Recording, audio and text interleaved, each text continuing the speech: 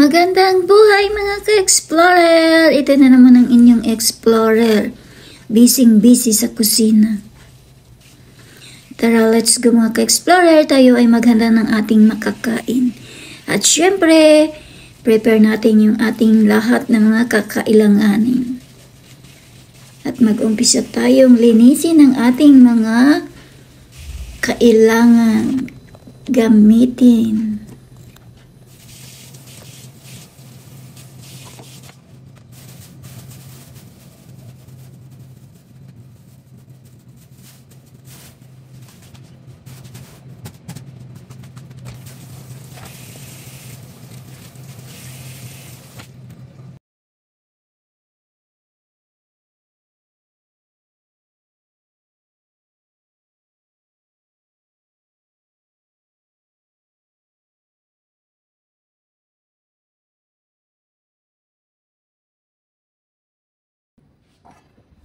Umpisa natin itong ating eggplant. Ilagay na natin sa ating oven.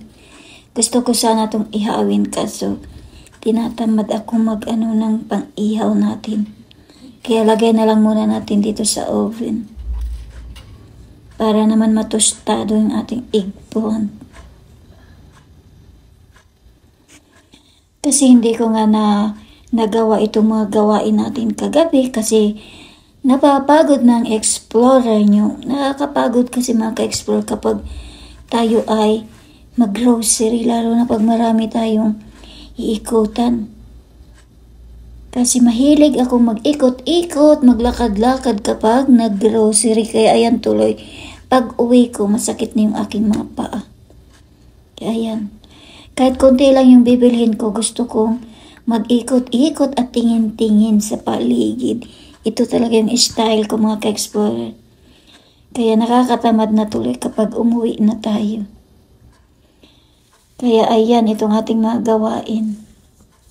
Pero syempre handa muna natin yung ating mga ingredients bago tayo magluluto. Kasi magluto tayo ng ating pang-ulam.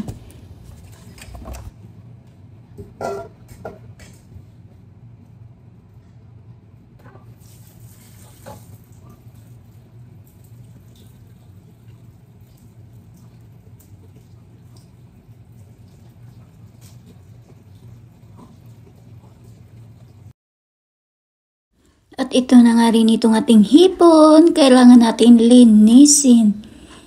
Marami din itong lilinisin natin mga ka-explorer. Kasi 1 kilo din ito. Nilagay ko na nga lang to sa ref kagabi kahit hindi pa nalinisan. Kaya ayan tuloy, tambak ang aking mga gawain ngayon.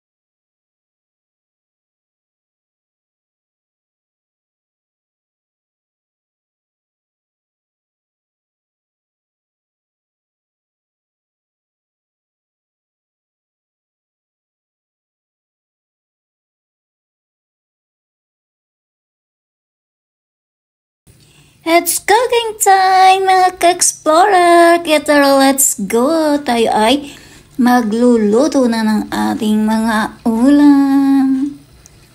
Ayan na nga mga ka-explorer, handa na yung ating mga casserole. Para tayo ay magluluto. Ito yung ating simpleng ulam para sa ating hapunan today. Kaya tara, let's go!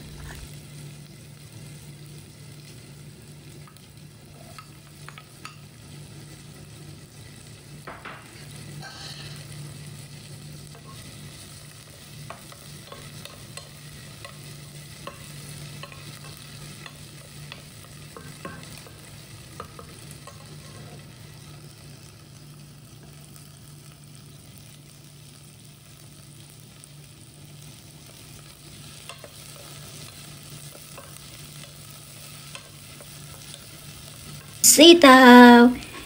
Kahit saan tayo magpunta mga ka-explorer, kasi pag nakita ko tong sitaw na to, talagang atat na atat akong bumili kasi favorite ko rin to gawing adobo. Gusto ko yung adobo na dry talaga siya. Kasi ang sarap kainin pag ganun siya ka-adobo, yung dry na adobo mga ka-explorer.